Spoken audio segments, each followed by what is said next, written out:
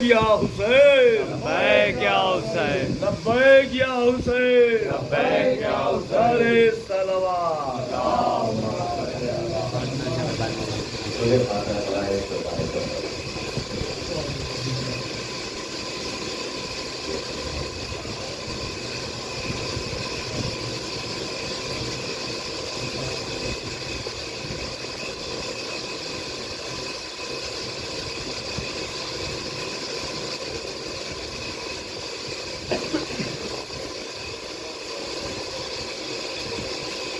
أعوذ بالله من الشيطان الرجيم أسأل الله نعم الوكيل ونعم المولى ونعم الوكيل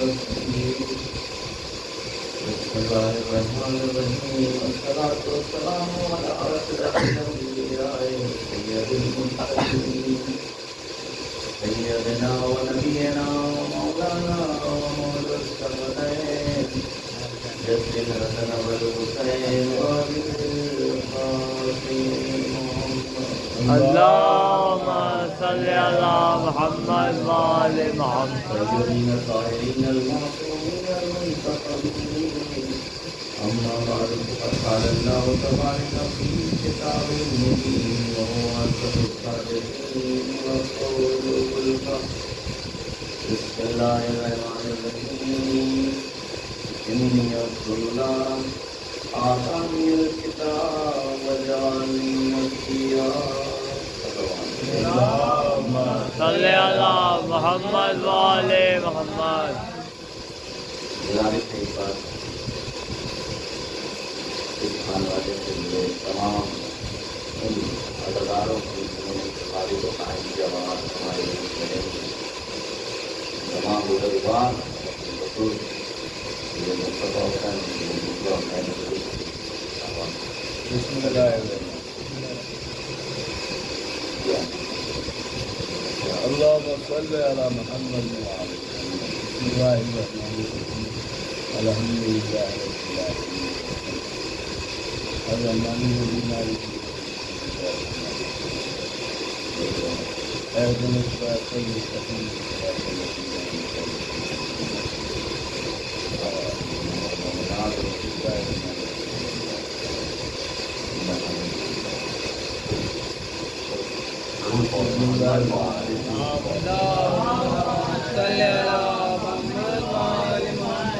ہمارے مبارکہ رمضان نزول قرآن کا مہینہ ہے قرآن رمضان کے مہینے میں نازل ہوا قرآن کی آیتیں شواہد ناز کرنا یہ ليلة القدر اور ماہ محرم بقائے قرآن کا مہینہ واہ قرآن نازل ہوا رمضان میں، بھائی ڈاکٹر صاحب واہ واہ واہ واہ لیکن اس کی بقا صبح قیامت تک جو باقی ہے وہ اس ماہ محرم کی واہ واہ واہ قرآن بھی آپ دیکھیں نازل ہوا جس طرح سے باران رحمت باران نازل ہوتا ہے واہ واہ اسی طرح سے قرآن نازل ہوتا ہے باران قطرہ قطرہ نازل ہوتا ہے قرآن آیت آیت نازل ہوتا واہ واہ واہ واہ کیا تصویر پیش کی ہے بھائی واہ واہ واہ واہ واہ ہے باران کہ نازل ہوتا ہے اس لیے کہ تاکہ تمہارے اندر پاکیزگی پیدا ہو واہ واہ واہ طہارت کے بجائے پانی طہارت ہو تو باران جسم کی طہارت کے لیے آیا ہے قرآن روح کی طہارت کے لیے روح ہونے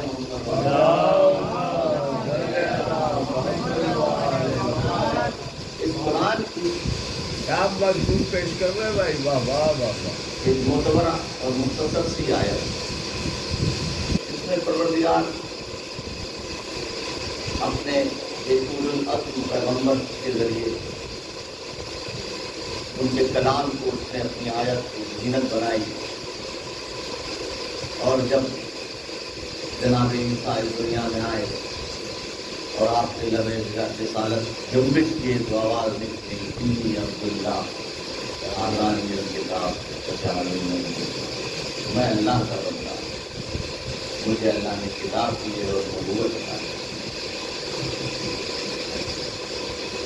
یہ کائنات کامیاب بھائی رشتوں کی کائنات ہے، ارے کیا مضبوط بھائی گئی بابا بابا بابا، رشتوں کی کائنات ہے۔ رشتوں کی کائنات۔ ہر مخلوق کا دوسری مخلوق سے رشتہ ہے، کوئی نہ کوئی واسطہ، کوئی نہ کوئی رشتہ ہے، اور اگر رشتہ نہ ہوتا تو آئینہ حقوق کتاب کے چوتھے امام سے منظور ہے، اس میں ہر ایک کے لیے دوسرے کا حق بیان نہ کیا گیا۔ واہ واہ واہ یہ دلیل ہے۔ آپ ہر کے کیمسٹری بھائی، واہ واہ واہ واہ واہ واہ واہ۔ ہر شے کا دوسرے ذریعے، حتیٰ کہ آپ کو نصابوں میں سلیبس میں آپ دیکھیں کہ انسان کا اپنے انوائرمنٹ سے رشتہ ہے، اسی لیے انوائرمنٹل ایک مضبوط اور مینڈیٹری سبجیکٹ بنا دیا ہے واہ واہ واہ۔ کہ اس کا اپنے معاشرے سے رشتہ ہے، ہر مخلوق کا دوسری مخلوق سے رشتہ ہے، چھوٹی سے چھوٹی مخلوق کو بڑی سے بڑی مخلوق۔ لیکن آپ دیکھیں کہ ان سارے رشتوں کا خالق، اس کا انسان سے کیا رشتہ ہے؟ جس نے ان تمام رشتوں کو خلق کیا، ان تمام رشتوں کو پیدا کیا، وہ رشتہ اور انسان کے بیچ کا کیا رشتہ ہے؟ اس رشتے کا نام عبد اور معبود کا عبد اور معبود کا رشتہ ہے، اور یہ رشتہ صرف اس دنیا تک ہی نہیں ہے، بلکہ اس دنیا کے بعد اس دنیا میں بھی یہی رشتہ کام ہے۔ کیا کہنا، کیا کہنا۔ اسی لیے جب نماز میت پڑھائی جاتی ہے تو یہ نہیں کہا جاتا ہے یہ اکمال صاحب پڑھے ہیں، یہ فلانے پڑھے ہیں، کیا یہ کہنا، پڑھے ہیں، واہ واہ۔ آزا عبد کا وما عبدک، یہ بس اللہ کا بندہ ہے اور کچھ نہیں۔ اے اے واہ واہ واہ۔ یعنی اس دنیا میں بھی جو رشتہ ہے وہ عبد اور معبود کا رشتہ ہے، جو انسان کو کامیابی اور سرفرازی عطا کرتا ہے، اور آخرت میں بھی وہی رشتہ عبد اور معبود کا رشتہ ہے۔ واہ واہ واہ۔ اور اسی لیے یہ جو ہم سے بار بار کہا جا رہا ہے سورہ حمد کی تلاوت کرو 5 بار نمازوں میں، 5 وقت، اور ہر نماز کو، کوئی نماز بغیر اس سورہ کے واجب نہیں، کوئی قبول قابل قبول نہیں ہے۔ اس میں کیا کہا جا رہا ہے؟ الحمدللہ رب العالمین۔ یہ الحمدللہ رب العالمین کیوں کہا جا رہا ہے؟ کیا بات ہے جو یہ بار بار یاد دلایا جا رہا ہے؟ یہ کیا بات ہے؟ تو رب کے ماننے ہیں پالنے والا، پروان چڑھانے والا، ناز برداری کرنے والا، تمہارے نخرے اٹھانے والا۔ ماں باپ پالتے ہیں، بچوں کے نخرے اٹھاتے ہیں، اسی لیے اس کو رب کہا جاتا ہے، رب مسعود۔ یہ پروردگار الحمدللہ رب العالمین، یہ ہر رب اور عالمین کی جب تفسیر کی جائے گی تو اس کے بڑے جو کتنے عالم ہیں کوئی جانتا نہیں، آج تک کوئی گن نہیں پایا عالم کتنے ہیں۔ ہر مخلوق کی ایک عالم ہے۔ آپ اینیمل کنگڈم پڑھتے ہیں، ایک جیسے حیوانات کو ایک جنا وہ ان کا عالم ہے، یہ پروٹوگاٹا ہے، یہ پروٹوزوا ہے، یہ اینتھروپوڈا ہے، یہ سارے عالم ہیں، یہ میملس ہیں، یہ ریپٹیلیا ہیں، ہر ایک عالم ہے۔ چیٹیوں کا ایک عالم ہے، پکھیوں کا ایک عالم، یہ عالم اپنے آپ سے کائنات ہے۔ آپ اس کو بھی جوڑ سکتے ہو، جتنے مخلوقات ہیں، کتنے عالمین ہیں، بھائی سبجیکٹ میں اضافہ ہے، واہ واہ واہ واہ۔ نعرہ صلوات۔ اللہم صلی علی محمد۔ جب انسان کسی مخلوق کی تعداد کو نہیں گن سکتا تو عالمین کیسے گن سکتا ہے؟ یہی نہیں معین ہے کہ کل مخلوقات کتنی ہے تو عالمین کیسے ہوتا ہے؟ یہ کس طرح سے عالم ہوتا ہے؟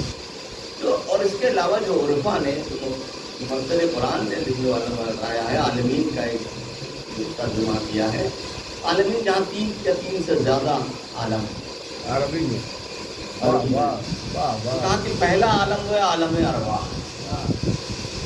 اب یہ عرفا کا بیان ہے، یہ تو سائنٹسٹ کے نظریے سے ہم نے بتایا، عرفا جو کہتے ہیں مفسر قرآن کہ عالمین سے مطلب پہلا عالم عالم ارواح ہے، تم سب کو اس عالم میں سے روح سے کہتے ہیں۔ اس کے بعد اس عالم ارواح سے اس عالم غیب میں آئے، واہ واہ۔ یہ دنیا ہے، اس کو ارے عالم واہ غیب کہتے واہ ہیں۔ واہ واہ واہ واہ واہ واہ۔ کیا بھائی لائف سائیکل بیان کر رہے ہیں، واہ واہ واہ واہ واہ۔ عالم ارواح سے انسان کہاں آیا؟ عالم غیب میں۔ اب یہ غیب تو ہر چیز دکھ رہی ہے نہیں، آپ کو نہیں پتا ہم نے آج صبح کی نماز پڑھی تھی کہ نہیں پڑھی تھی، واہ واہ واہ واہ۔ آپ کو ظاہر دکھ رہا، آپ ہمارے باطن سے آشنا نہیں ہے. واہ واہ آج دن بھر ہم نے کتنے گناہ کیے، کتنوں کی غیبت کی، کتنوں ریکارڈ کری، کیا کتنی نہیں کیا کہ آپ وابستہ آپ کو نہیں. یہ دنیا جو کہلاتی ہے بظاہر ہم دیکھتے لیکن اس کو عالم غیب کہا جاتا ہے. تو ہم عالم ارواح سے چلے کہاں پہنچے؟ عالم غیب. عالم غیب سے کہاں جائیں گے؟ برزخ. عالم برزخ. واہ واہ واہ واہ. عالم برزخ میں جائیں گے. عالم ایک اور عالم، تیسرا عالم. اب یہاں تو عالمی پورا، اس کے بعد جو ہے وہ عالم شہود، جہاں ہر آدمی ہر چیز آیا ہو. واہ واہ. عالم ارواح سے عالم غیب میں، عالم غیب سے عالم برزخ میں، عالم برزخ سے عالم شہود میں. اللہ بس یہی یاد دلانا چاہتا ہے کہ تم اپنے اس لائف سائیکل کو یاد کرو اور سوچو الحمدللہ رب العالمین کا مطلب یہ ہے عالم ارواح میں بھی تمہارا رب یہی اللہ ہے، عالم غیب میں بھی تمہارا رب یہی اللہ ہے، عالم برزخ میں بھی یہی تم کو رحمت دینے والا ہے، عالم شہود عالم غیب میں بھی وہی تمہارا پروردگار ہے. اللہم صلی علی محمد وآل یعنی وہ محمد. چاہتا ہے کہ عبد اور معبود کے رشتے کو تم ہر وقت یاد رکھو. کسی بھی عالم میں جاؤ تم اپنے اللہ سے مطلب وابستہ رہو. یہ نہ ہو کہ تمہارا تعلق اس اللہ سے. اسی لیے اس نے کہا الحمدللہ رب العالمین. رب العالمین یہ بھی کہہ سکتا تھا الحمدللہ خالق العالمین. آیت میں کوئی فرق نہیں پڑتا، کوئی معنی نہیں. بھائی خالق سب کا ہے، بات سچ ہے. الحمدللہ رب خالق العالمین، ہم پورے عالمین کا خالق نہیں ہے، لیکن اس نے یہ نہیں کہا. اس نے کہا الحمدللہ رب العالمین، کیونکہ خالق اور رب میں فرق ہوا کرتا ہے. خالق وہ ہے جو کبھی کبھی اپنی چیزیں خلق کر کے بھول جایا کرتا ہے. کسی نے کرسی بنائی، یہ کرسی کا خالق تھا، آج پتہ نہیں وہ کہاں ہے، کرسی کہاں ہے.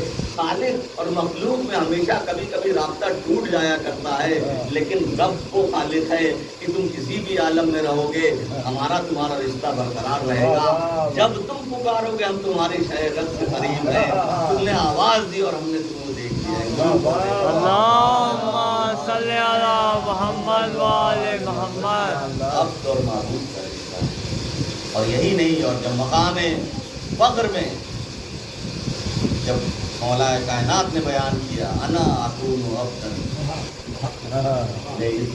میرے عزت کے لیے یہی کافی ہے کہ میں تیرا ہوں. ہر مقام پہ عرض ہے.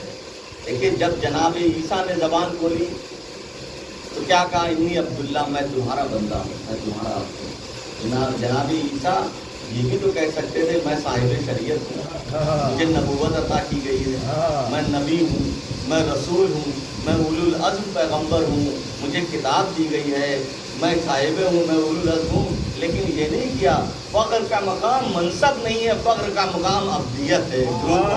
اللہم صلی علی محمد وآل محمد. یا علی. دنیا عبد کو بہت ہلکا اور بہت سبک سمجھتی ہے کہ ہم نے عبد کہہ دیا تو بہت سکون ہے. نہیں، یہ سکون نہیں ہے. عبد بہت وزنی معنی ہے، یہ بہت بلند معنی ہے. جب اس اللہ اپنے پیغمبر کو معراج پہ بلاتا ہے تو عبد کہتا ہے. کیا بلندی دیتا ہے بھائی. واہ واہ واہ واہ. اس نے جب اپنے حبیب کو بلایا تو یہ نہیں کہا ہے طٰہٰ تم میرے پاس آ جاؤ، یہ نہیں کہا کہ اے مزمل تم میرے پاس آ جاؤ، اے یاسین تم میرے پاس آ جاؤ، اے مدثر تم میرے پاس آ جائے، اے ختم انبیاء تم میرے پاس آ جاؤ، اے رحمت عالم تم میرے پاس آ جاؤ. یہ نہیں کہہ رہا ہے سبحان اللہ سبحان الذی بعبد اسری بعبد. بابرکت ہے وہ ذات جو لے گئی عبد کو اپنے معبود کو معراج. یعنی یہ مبد کہہ کے ہو سکتا ہے تمہارے ذہن میں آتا کہ یہ معراج اس لیے ہے نبوت کی وجہ سے ہے، یہ معراج امامت کی وجہ سے ہے، یہ معراج رسالت کی وجہ سے ہے، یہ معراج ان کے تمام منصب کی وجہ سے ہے. نہیں نہیں، یہ معراج اس کی عبدیت کی وجہ سے ہے. وہ بندگی میں اس میں کمال پر ہے کہ اس کے میرا شرف ہے کہ وہ مجھ سے آ کے گفتگو کرے. اللہم صلی علی محمد وآل محمد. عبدیت جو ہے وہ معراج جو ہے وہ عبدیت کو ہے، منصب کو نہیں ہے، کسی عہدے کو نہیں ہو. حضور کو معراج ان کی بندگی پہ رکھا کیا ہے. جتنا تم کیا عادل پیش کیا بھائی. واہ واہ واہ واہ واہ. کبھی یہ تصور نہ کرنا کہ تم کو ہم نے اس لیے معراج اپنے پاس بلا لیا کہ یہ نبی تھے، یہ اولو پیغمبر تھے، کیا یہ کہنا سب بھائی، انبیاء کے واہ، سردار تھے، یہ تاجدار مدینہ تھے، یہ کملی والے تھے. یہ نہ سوچنا اس وجہ سے معراج ہوئی. اس کو معراج اس لیے ہو رہی کہ میرا حقیقی عبد ہے. اس کو عبدیت کا مطلب معلوم ہے. یہ جانتا ہے کہ عبد کے معنی کیا ہے اور عبدیت کی مفہوم کیا ہے، عبد کا حق کیسے ادا کیا جاتا ہے. درود محمد اللہم صلی علی محمد وآل محمد. عبد ہے، عبد کی. اسی لیے جو یہ قرآن کے جب تفسیر میں لکھا ایک آیت بہت مشہور ہے، آپ مسلسل مجلس میں سنتے ہیں، وما خلقت الجن والانس الا لیعبدون. یہ ہے، اور اس کا ترجمہ 99.9% لوگوں نے جب کیا تو یہی لکھا کہ ہم نے خلق نہیں کیا انسانوں کو اور جنوں کو کہ وہ میری عبادت کرے. سب نے یہی لکھا، سنی مفتی ہوں، کسی بھی ہو، حنفی ہوں، سب نے جب ترجمہ لکھا تو یہی لکھا. لیکن اس کا حقیقت جو عرفا نے لکھا تو یہ نہیں لکھا کہ میں عبادت کرو. میں یہ چاہتا ہوں، میں نے خلق اس لیے کیا کہ تم میری بندگی کو پہچانو. لے عبدون یعنی عبد ہونا اور ہے، عابد ہونا اور ہے. عابد ہو مگر عبد نہیں ہو سکتا. ہر عبد تو عابد ہو سکتا ہے لیکن ہر عابد عبد نہیں ہو سکتا. اس لیے یہ نہیں کہا کہ آپ کہا کہ ہم نے پیدا اس لیے کیا کہ تمہارے اندر بندگی کا مزاج پیدا ہو تاکہ تم سمجھ سکو کہ تمہاری حیثیت کیا ہے، پروردگار کیا ہے. اسی لیے چوتھے امام کی دعائے حاجت ہم نماز کے بعد پڑھتے ہیں، جس پر بتایا کہ کس طرح سے سلیقے سے ایک عبد اپنے معبود سے گفتگو کرتا ہے. وہ کہتا ہے الہی کیف ادعوک آنا، الہی کیف ادعوک آنا، پروردگار میں تجھے کیسے آواز. کیا مطلب ہے کیسے آواز کو؟ میرے مانگے تو نے مجھے وجود دیا، ہر آتی ہوئی سانس تیری نعمت، ہر جاتی ہوئی سانس تیری رحمت، پوری زندگی میں نعمت، اتنی نعمتیں کہ ہم تصور بھی نہیں کر سکتے، ہم گر بھی نہیں سکتے. اس کے بعد میں تجھے آواز دوں، میں تجھ سے فریاد کروں تو یہ کیسے ممکن ہے؟ الہی کیف ادعوک آنا، میں تجھے کیسے پکاروں؟ اتنی نعمتیں تو نے پہلے ہی بنا مانگے ہماری جھولی دامنت بھر دیا میں تجھے پہلے.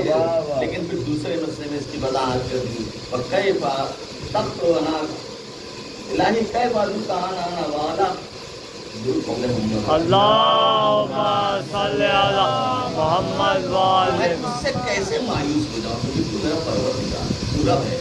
تو نے بغیر مانگے تو مجھے سب کچھ دے دیا ہے، لیکن میں جانتا ہوں کہ تو یہ جانتا ہے کہ میں تیرا عاجز بندہ ہوں، میں تیرا خاکی بندہ ہوں، میں تیرا خاکی بندہ ہوں. میرے پاس کچھ نہیں ہے، جو کچھ ہے تیرا دیا ہوا ہے. اس لیے میں تیرے در پہ سر جھکانے آیا ہوں. کہ عبد اور معبود کے بیچ کے گفتگو اور سلیقہ کون سکھا رہا ہے؟ وہی سکھا رہا ہے جو وہاں سے بندگی کے شرف لے کے آیا ہے. ایک درود پڑھیں محمد والے. اللہم صلی علی محمد وآل محمد.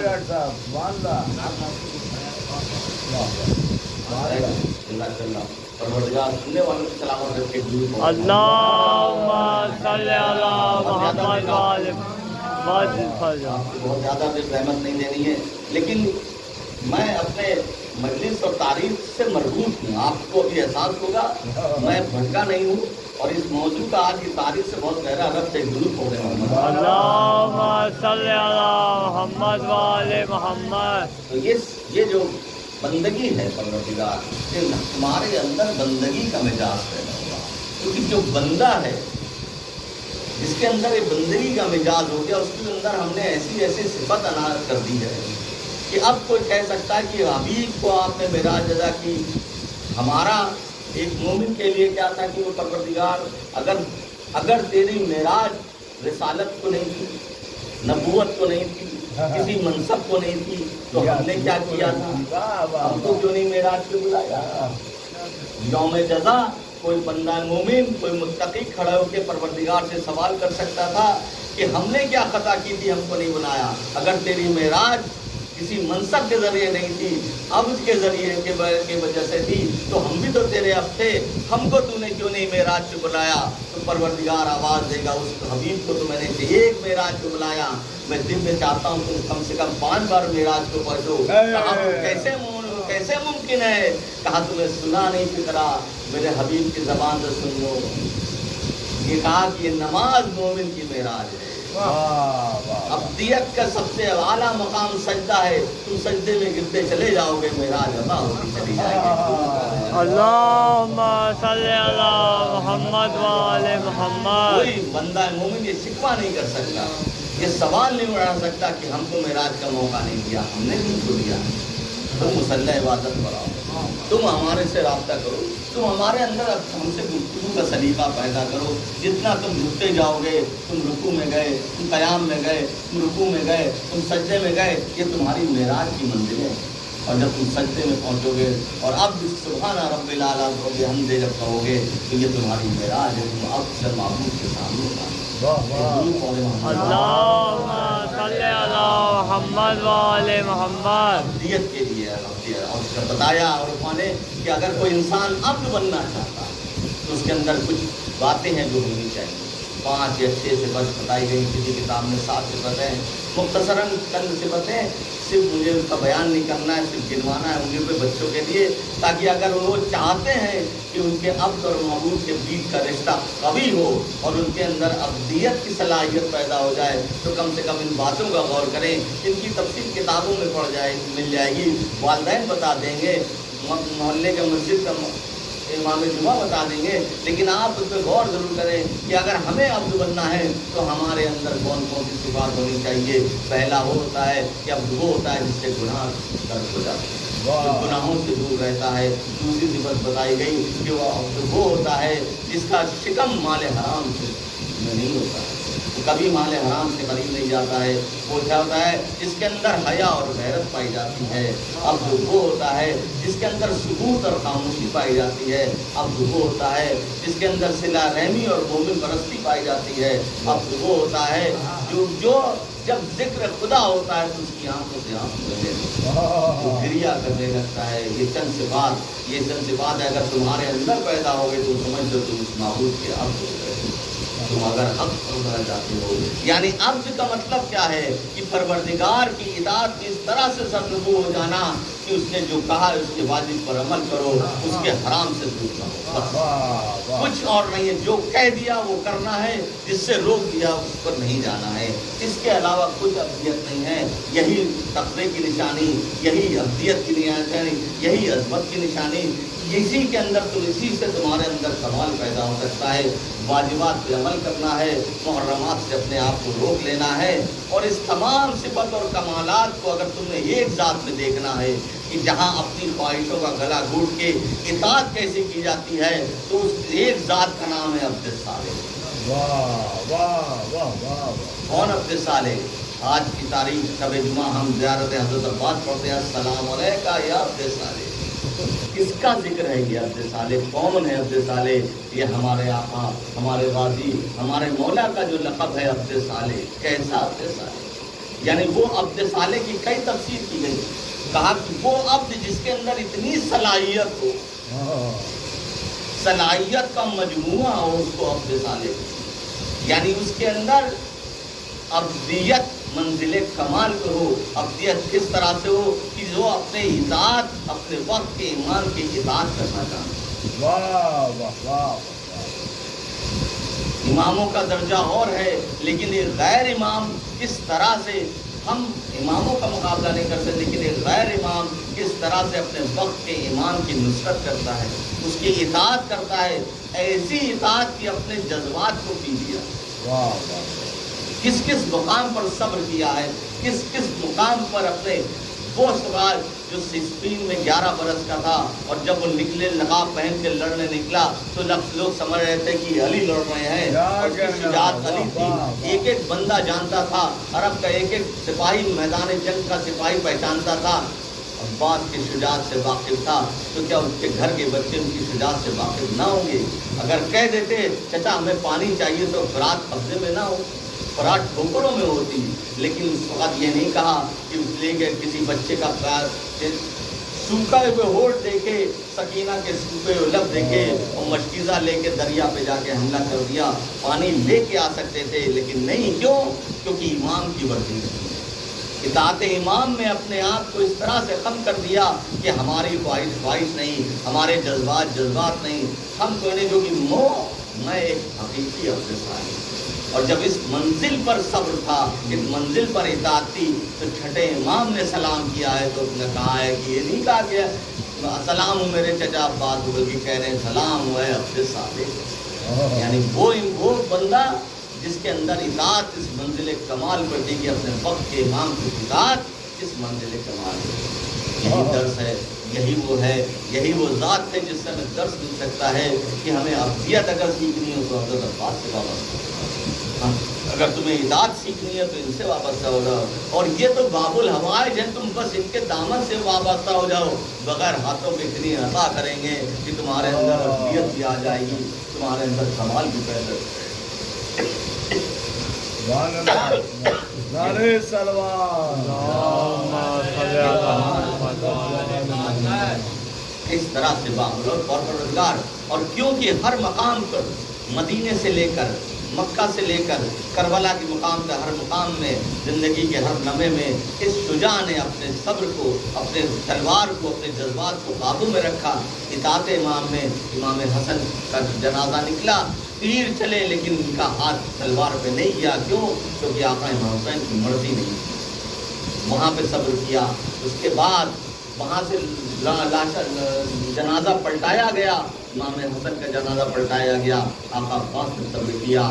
آپ دیکھیں مدینے میں ولید کے دربار میں آپ کا آواز بلند ہوئی، وہ آئے، اور آنے کے بعد جب آپ بنی ہاشم داخل ہوا، سب سے آگے آگے مولا عباس تھے، چاہتے تو اسی وقت ولید اور مروان کا خاتمہ کر سکتے تھے 28 رجب کو جب آپ امام حسین نکل رہے تھے، لیکن آپ نے دیکھا امام حسین کی آنکھوں کو دیکھ کے ماتھے کی شکن پہچانتے تھے، تلوار پہ ہاتھ نہیں گیا۔ وہاں سے نکلے مکہ، دنیا جہان مکہ والے مکے کی طرف حج کرنے آ رہے ہیں، آپ حج کو چھوڑ کے جا رہے ہیں، تلوار کی نوک پہ سب کو روک کے خود بھی حج کرتے، اپنے آقا امام حسین سے بھی حج کرتے، لیکن کیا جذبات کی قربانی کی کہ ہم کو اطاعت ایسے کی جائے، اس منزل پر ہی بات ہے۔ یہاں تک کہ جب کربلا میں آئے دریا سے خیمے ہٹائے گئے، کسی کی مجال تھی کہ خیام حسینی کو دریا سے ہٹا سکتا، لیکن کیا ہے کہ آپ نے صرف تلوار نہیں کی، کیوں؟ کیونکہ بھائی کی آقا کی مرضی نہیں تھی، ہمیں جنگ ہماری طرف سے نہیں ہونی ہے، بس یہ پیغام نہ جائے کہ حسین کی طرف سے جنگ ہوئی، اس لیے آپ نے تلوار کو رکھا۔ 9 محرم آیا، حملہ کر دیا 9 محرم کو، چاہتے تو تلوار نکال کے وہیں پر رک سکتے تھے، آقا امام حسین نے کہا کہ نہیں، ان سے کہہ دو کہ آج کی ایک رات کی مہلت دے دے، کل جنگ کا ہوگا۔ ہر مقام پہ آقا عباس نے تلوار کو روکا ہے، کیا دکھا رہے ہیں کہ حقیقی عبد کیسا ہوتا ہے، اطاعت امام کیسی ہوتی ہے، اطاعت ہی کا نام عبد ہے، اللہ کی اطاعت، رسول کی اطاعت، امام کی اطاعت، اور یہ منزل ہے کہ آپ دیکھیں کہ آپ دیکھیں بس یہی وہ جذبہ تھا جس نے امام کو بتا دیا، اس منزل پر پہنچا دیا کہ وہ اپنے ساتھ عزیزان گرامی اور جب کیونکہ ہر مقام پہ تم نے صبر کیا ہے، پروردگار نے کہا تمہاری کسی مقام پہ آرزو پوری نہیں ہوئی، نہ جانے کتنے مقام ہیں جہاں تم نے اپنی جذبات کی قربانی دی ہے، تمہاری ایک بھی آرزو پوری نہیں ہوئی ہے، اس لیے اب ہم تمہیں باب الحوائج کا لقب دیتے ہیں، کیونکہ تمہاری کوئی آرزو پوری نہیں ہوئی ہے، اب تمہارے ذریعے تمہارے چاہنے والوں کی آرزو ہوا ہے، اس لیے اب باب الحوائج کا لقب عطا کر دیا کہ تمہاری تو آرزو نہ پوری ہو سکی، تم تو کربلا میں تلوار کا حملہ نہ کر سکے، لیکن اے عباس تمہارے ذریعے تمہارے چاہنے والے اپنی مرادوں کو پا سکے، تمہارے چاہنے والے، اور تم کبھی بھی غیر نہیں رہو گے، غائب نہیں رہو گے، دور نہیں رہو گے۔ دیکھیے کربلا میں جتنے بھی شہید ہوئے ان سب کی آپ نظر کرتے ہیں، نیاز کرتے ہیں، خالی آقا عباس کی حاضری ہوتی ہے، کسی اور کی حاضری نہیں ہوتی۔ کیا وجہ ہے کہ ان کی حاضری ہے، کسی اور کی حاضری نہیں؟ حاضری کا مطلب یہ کہ یہ حاضر ہیں، یہ غازی ہیں، باقی سب شہید ہیں، یہ غازی ہیں۔ غازی وہ ہوتا ہے جو جنگ سے زندہ واپس لوٹ کے آئے۔ کہا کہ یہ عباس ان کو تو فنا ہی نہیں ہوئے ہیں، یہ آج بھی تمہارے درمیان ہیں، اسی لیے غازی ہیں، کیونکہ یہ غازی ہیں اس لیے ان کی حاضری ہوتی ہے، ان کی نظر نہیں ہوتی ہے۔ کہ تم پکارو، تمہارے باب الحوائج ہیں، تمہاری مرادوں کو پورا کریں گے، ادھر تمہارے دل سے آواز نکلے گی تمہیں رزق چاہیے، یہ عطا کریں گے، باب الحوائج ہیں یہ بنا ہاتھوں کے پوری کائنات کو عطا کر رہے ہیں۔ کیا مانگنا چاہتے ہو، کیا دینا چاہتے ہو، ایسے ایسے جگہ پہ ان کے واقعات، ان کے معجزات اپنے چاہنے والوں کو کس کس طرح سے مدد کرتے ہیں، کس کس طرح سے وہ کرتے ہیں۔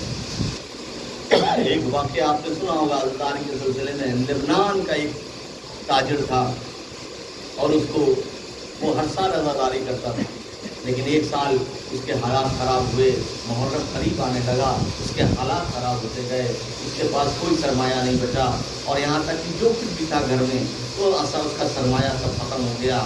اب وہ اس کی زوجہ اور 2 ننھے بچے اور وہ ان کے ساتھ ہے، چاند رات ہو گئی، محرم کی تاریخ آنے والی تھی، اب یہ پشو پیش میں ہے کہ کیسے محرم کا انتظام کیا جائے۔ ہر سال عزاداری ہم ٹھیک سے کرتے تھے، اب کی سال اللہ نے کچھ ایسی مصلحت تھی کہ ہمارے کاروبار نقصان ہو گیا، عزاداری کے لیے کوئی سرمایہ نہیں، کیوں کر عزاداری کا سامان اکٹھا کیا جائے۔ اور اس کے بعد اچانک غور و فکر کرتے کرتے ایک بار زوجہ نے شوہر کو دیکھا، شوہر نے زوجہ کو دیکھا، کچھ آنکھ اشارہ ہوا، کہا کہ دوسرے کمرے میں چلو۔ جب کمرے میں آئے تو زوجہ نے کہا کہ تمہیں پتہ نہیں میرے پاس کچھ سرمایہ باقی، میرے پاس 2 سرمایہ ہے اور جن کے عوض میں ہم عزاداری کو کر سکتے ہیں۔ شوہر نے کہا سوچا کہ شاید اس نے کچھ ہم سے چھپا ہوا کے کچھ رکھ دیا ہوگا، کچھ اس کے پاس پیسے ہوں گے جس کی وہ کہہ رہی ہوگی۔ وہ کمرے میں لائی، اس نے اپنے بچوں کی طرف اشارہ کیا، 2 ننھے بچے جو بستر پہ سو رہے تھے، کہا یہ میرے 2 سرمایہ ہیں۔ کہا کیا مطلب؟ کہا کہ حسین کہ فاطمہ کے بچوں سے بڑھ کر ہمارے بچے ہو سکتے ہیں کیا؟ ان دونوں بچوں کو لے جاؤ اور ان کو فروخت کر دو اور ان سے جو پیسہ ملے اس کو ہم عزاداری میں خرچ کریں گے۔ وہ زمانہ غلام کا زمانہ تھا، سلیوری سسٹم تھا، اس کو بڑا رنج ہوا، لیکن اس نے کہا، زوجہ نے سمجھایا نہیں ہم صبر کریں گے، اور ان کی بیٹیوں سے بڑے ہمارے بچے تو نہیں ہو سکتے، اور جس نے یہ بچے عطا کیے وہ پھر بچے عطا کر سکتا ہے۔ وہ گیا صبح، بچوں کو صبح لے کے بازار پہنچا، بچوں کو تیار کیا، نہلا دھلا کے باپ لے جا کے بازار میں کھڑا ہے، کہنے کے 2 ننھے شہزادے اور ان کو لیے وہ بیچ رہا ہے۔ بچوں کو کون خریدتا؟ یہاں تک کہ شام کا اندھیرا ہونے لگا، مغرب ہونے لگی، اس کے بعد بچوں نے کس طرف اسے دھیان نہیں دیا، یہ مایوس ہو رہا تھا، دل اس کا چھوٹا ہو رہا تھا۔ یہ سوچا کہ اب چلتے ہیں، شاید اللہ کو یہی منظور ہے کہ اس سال ہم عزاداری نہ کریں۔ اسی نظر میں دیکھا کہ ایک گھوڑ سوار تھا، ایک گھوڑے سوار نورانی چہرہ چلا آ رہا ہے، اور آنے کے بعد اس نے کہا کہ کیا تم اپنے بچوں کو بیچنا چاہتے ہو؟ اس نے کہا ہاں ہم اپنے بچوں کو بیچنا چاہتے ہیں۔ کہا کہ اپنے بچوں کو مجھے دے دو، مجھے پسند ہے، میں ان کو خریدنا چاہتا ہوں۔ کہا کہ ٹھیک ہے، یہ کیا قیمت ہے؟ اس نے قیمت بتائی، کہا معاملہ طے ہو گیا۔ بس اس گھوڑ سوار نے کہا کہ ان بچوں کو بھیج دو اور آ کر یہ میرے گھوڑے میں یہ رقم بندھی ہوئی ہے، اس کو لے کے چلے جاؤ۔ اس کو کہا کہ میں ضرور، آج مفلسی میں ہوں، آج مجھے وہ ہے، مجھے ضرورت ہے، عزاداری کرنا ہے، میں بچوں کو بھیج رہا ہوں، لیکن میں نے اپنی غیرت کو نہیں بیچا ہے، میں نے اپنی انا کو نہیں بیچا ہے۔ اگر تمہیں بچے لینے ہیں تو یہاں چل کے آؤ، ایک ہاتھ سے پیسے دو اور دوسرے ہاتھ سے لے جاؤ۔ اس نے کہا کہ مجبوری تمہاری بھی ہے، مجبوری ہماری، تم مجبوری میں بیچ رہے ہو، لیکن مجبوری یہ ہے کہ میرے تو ہاتھ ہی اس کی سمجھ میں نہیں آیا۔ بہرحال اس سے بچے حوالے کیے، وہ گھر آیا اور اس کے بعد اس نے انتظام کرنا شروع کیا، مجلس کا انتظام کیا، دھوم سے جس طرح سے جس رونق سے عزاداری کرتا تھا مجلس کا اہتمام کیا۔ مجلس کرنے کے بعد یہ دونوں تھک ہار کے بیٹھے تھے، اس کے بعد بیوی کو بچوں کی یاد آ رہی تھی، اچانک بالکل زوجہ نے جا کے دروازہ کھولا، دیکھا کہ یہ ایک سیاہ پوش معذب اپنے ساتھ 2 بچوں کو لیے ہیں، ان کے بچوں کو۔ یہ گھبرا گئی، ایسا نہ ہو کہ اپنے پیسے واپس دے دیں، میرے بچے چھوٹے ہیں، کبھی غلامی نہیں کی، ہو سکتا ہے ان کو کچھ غلامی کی عادت ہو، ان سے کچھ غلطی ہو گئی ہو، ایسا نہ ہو یہ بچوں کو واپس کرے اور ہم سے سرمایہ واپس دے دے، ہم تو سب خرچ کر چکے، عزاداری میں سب لٹا چکے۔ یہ سوچ ہی رہی تھی، ایک بار بھی دیکھا میں تمہارے بچے واپس کرنے آئی ہوں، کہا بیوی کا کوئی غلطی ہو گئی، میرے بچے نادان ہیں، ان کو غلامی کے سلیقے، غلامی کے طور طریقے نہیں پتا ہے، ان سے کوئی غلطی ہو گئی تو میں معاف کر دو۔ بیوی نے کہا کہ ہم بچے لیتے نہیں، دیا تم نے میرے بچے کے لیے اپنے بچوں کو قربانی دی تھی۔ کہا کہ آپ کو میں وہی ماں ہوں جس کے بچے کو 3 روز کا بھوکا اور پیاسا کربلا کی شہید۔ عزیزان اکرامی، ہاں کہ آقا ابوالفضل عباس جس عالم میں آپ نے اس وقت آپ نے جنگ کی ہے، اس وقت جنگ کی ہے، اور جنگ کرنے کے بعد آپ نے جب آپ گھوڑے سے تشریف لائے ہیں تو آپ کی آنکھوں میں تیر لگا ہوا تھا، آنکھوں میں خون تھا، بس ایک بار آواز دی آقا میرا آخری سلام قبول کرو۔ امام حسین نے جب اپنے بھائی کی آواز سنی کہا کہ میرے بھائی تمہارے جانے سے میری کمر ٹوٹ گئی، میری آنکھوں کی روشنی چلی گئی۔ کمر پہ ہاتھ رکھے آقا ابوالفضل عباس کے سرانے پہنچے، کہا کہ بھائی کیا بات ہے؟ کہا کہ میری وصیت، میں جب دنیا میں آیا تو سب سے پہلے آپ کی زیارت کی، میں جب جانا چاہتا ہوں تو آخری وقت میں آپ کی زیارت کرنا چاہتا ہوں۔ میں چاہتا ہوں کہ میری ایک آنکھ میں خون بھرا ہوا ہے، سب میں ایک آنکھ میں تیر ہے، آپ کا میری آنکھ کو صاف کر دیے تاکہ جانے سے پہلے آپ کی زیارت ہو سکے۔ اور وصیتیں کی، اور اس کے بعد جب اپنی وصیتیں کر چکے تو اس کے بعد آپ کہتے ہیں، آقا امام حسین کہتے ہیں بھیا تم نے تو اتنی ساری وصیتیں کر لی، لیکن من سے میری بھی ایک وصیت ہے۔ کہا آقا بولیے، ہر زندگی بھر تم نے مجھے بھائی کو نہیں کہا، آقا کہہ کر تم نے ایک عبد ہونے کا فرض اٹھایا، ایک غلام کی طرح زندگی کی۔ میں چاہتا ہوں کہ جانے سے پہلے آخری بار ایک بار تو مجھے بھائی کہہ دو۔ کہا کہ آقا یہ نہ فرمائش کیجیے، میری ماں نے سکھایا تھا کہ مولا ہے ہمیشہ آقا کہنا، کبھی کبھی نہ کہنا۔ اگر تم نے کبھی بھائی کہا تو جھوٹ نہ بول سکتی، لیکن آپ امام وقت کے امام ہیں، آپ کی خواہش ہے، آپ کا حکم ہے، ادھر آپ کے منہ سے بھائی نکلا، ادھر عباس کے جسم سے روح پرواز کر گئی۔